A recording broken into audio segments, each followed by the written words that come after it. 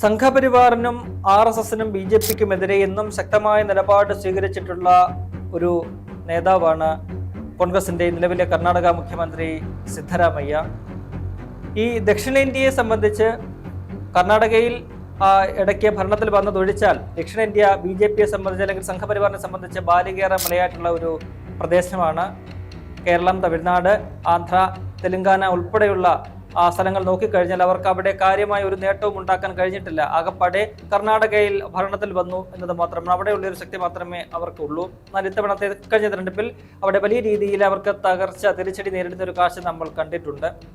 തമിഴ്നാടും കേരളവും ഇപ്പറയുന്ന കർണാടകവും തെലങ്കാനയും ഒക്കെ തന്നെ ശക്തമായ രീതിയിലാണ് അവിടേക്കുള്ള ഈ സംഘപരിവാറിന്റെ നുഴഞ്ഞുകയറ്റത്തെ അല്ലെങ്കിൽ സംഘപരിവാറിന്റെ ആ ഒരു ശക്തിപ്പെടലിനെ ചെറുത്ത് തോൽപ്പിക്കുന്നത്. നമുക്കറിയാം, തമിഴ്നാട്ടിൽ നിന്നുള്ള മുഖ്യമന്ത്രി DMKയുടെ MK സ്റ്റാലിൻ അദ്ദേഹം നിരന്തരം സംഘപരിവാറുമായിട്ടുള്ള പോരാട്ടത്തിലാണ്.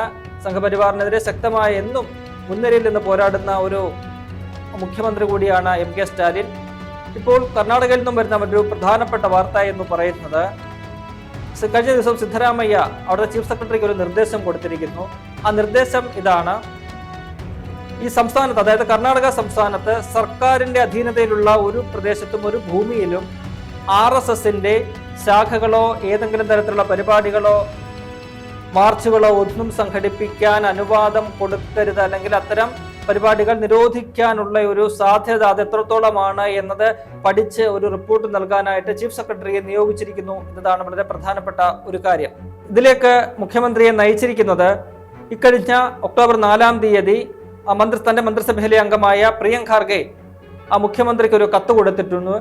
ആ കത്തിൽ പറയുന്നത് സമാനമായ രീതിയിൽ സംസ്ഥാനത്തെ സർക്കാരിന്റെ സ്ഥലങ്ങൾ ഒന്നും തന്നെ RSSന്റെ ഒരു പരിപാടികൾക്കും അനുവദിച്ചു കൊടുക്കരുത്. കാരണം അദ്ദേഹം ചൂണ്ടിക്കാട്ടുന്നത് RSS എന്ന് പറയുന്നത് വിദ്യാർത്ഥികളുടെ കുട്ടികളിലും ഒക്കെ തന്നെ ചെറിയ പ്രായത്തിൽ തന്നെ വർഗീയ വിദ്വേഷം, അപരമത വിദ്വേഷം, ഈ വിഷമൊക്കെ തന്നെ കുത്തി നിറച്ചുകൊണ്ടാണ് അവരെ മുന്നോട്ട് കൊണ്ടുപോകുന്നത്.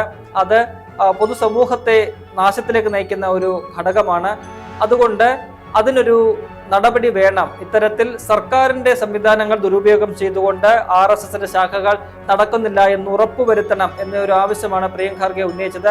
അത് മുഖവിലേക്ക് എടുത്തുകൊണ്ടാണ് സിദ്ധരാമയ്യ ചീഫ് സെക്രട്ടറിയെ ഇക്കാര്യം ചുമതലപ്പെടുത്തിയിരിക്കുന്നത്. ഒപ്പം തന്നെ അദ്ദേഹം പറയുന്നത്, തൊട്ടടുത്ത സംസ്ഥാനമായ തമിഴ്നാട് മുഖ്യമന്ത്രി MK സ്റ്റാലിൻ നേരത്തെ തന്നെ ഇതുമായി ബന്ധപ്പെട്ട് ഒരു തീരുമാനമെടുത്തിരുന്നു.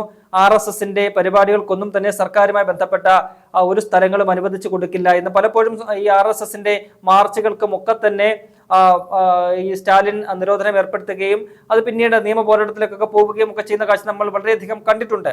ആ ഒരു പശ്ചാത്തലത്തിൽ തമിഴ്നാട്ടിൽ ഏത് വിധത്തിലാണോ ആ ഒരു നിയന്ത്രണം ഏർപ്പെടുത്തിയത്, സമാനമായ രീതിയിൽ കർണാടകയിലും ഏർപ്പെടുത്താനുള്ള സാധ്യതകൾ ആരായുക, അത് തേടുക എന്നതാണ് ചീഫ് സെക്രട്ടറിക്ക് നിർദ്ദേശം കൊടുത്തിരിക്കുന്നത്. അങ്ങനെ വരികയാണെങ്കിൽ സംസ്ഥാനത്തെ സർക്കാർ എയ്ഡഡ് സ്കൂളുകളുടെ ഗ്രൗണ്ടുകളിലൊന്നും തന്നെ ഈ RSSന്റെ പരിപാടികൾ നടത്താൻ അനുവദിക്കില്ല. ഒപ്പം തന്നെ പൊതു പാർക്കുകള്, സർക്കാരിന്റെ അധീനതയിലുള്ള മറ്റ് സ്ഥലങ്ങള്, ഒപ്പം സർക്കാരിൻ്റെതായിട്ടുള്ള സർക്കാർ വകുപ്പിന് കീഴിൽ വരുന്ന ഈ അമ്പലങ്ങളുടെ ഗ്രൗണ്ടുകൾ, ഇതൊന്നും തന്നെ RSSന്റെ ഒരു പരിപാടികൾക്കും വിട്ടുകൊടുക്കത്തില്ല. അല്ലെങ്കിൽ അതിനെ അനുമതി നിഷേധിക്കുന്ന തരത്തിലുള്ള ഒരു തീരുമാനത്തിലേക്ക്, ഒരു നിയമത്തിലേക്ക് പോകാനാണ് സർക്കാർ ഉദ്ദേശിക്കുന്നത്. അതിലൂടെ കാര്യം വ്യക്തമാണ്. സംഘപരിവാറിനെതിരായ പോരാട്ടം അതിശക്തമായി തന്നെ മുന്നോട്ട് കൊണ്ടുപോവുക എന്നതാണ് എന്നും സംഘപരിവാറിന്റെ ആശയങ്ങൾക്കെതിരെ എന്നും വാളെടുത്തിട്ടുള്ള സിദ്ധരാമയ്യ ഉദ്ദേശിക്കുന്നത്. നമുക്കറിയാം, കർണാടക പോലൊരു സംസ്ഥാനത്ത് ഇക്കഴിഞ്ഞ തെരഞ്ഞെടുപ്പിൽ BJPയെ മികച്ച വലിയ രീതിയിൽ തോൽപ്പിച്ചുകൊണ്ടാണ് സിദ്ധരാമയ്യ അദ്ദേഹം കടന്ന് വന്നത്, മുഖ്യമന്ത്രിയായിട്ട് വന്നത്. അത് കോൺഗ്രസ് 136 സീറ്റുകൾ നേടിക്കൊണ്ടാണ് അധികാരത്തിലേക്ക് തിരിച്ചെത്തിയത്. ആ ഒരു നേതാവ് ദേശീയ തലത്തിൽ തന്നെ പലപ്പോഴും ഈ പറയുന്ന സംഘപരിവാറിന്റെ മോദിക്കെതിരെയൊക്കെ തന്നെ ശക്തമായ വിമർശനങ്ങൾ ഉന്നയിച്ചിട്ടുള്ള ഒരു വ്യക്തിയാണ് അദ്ദേഹം.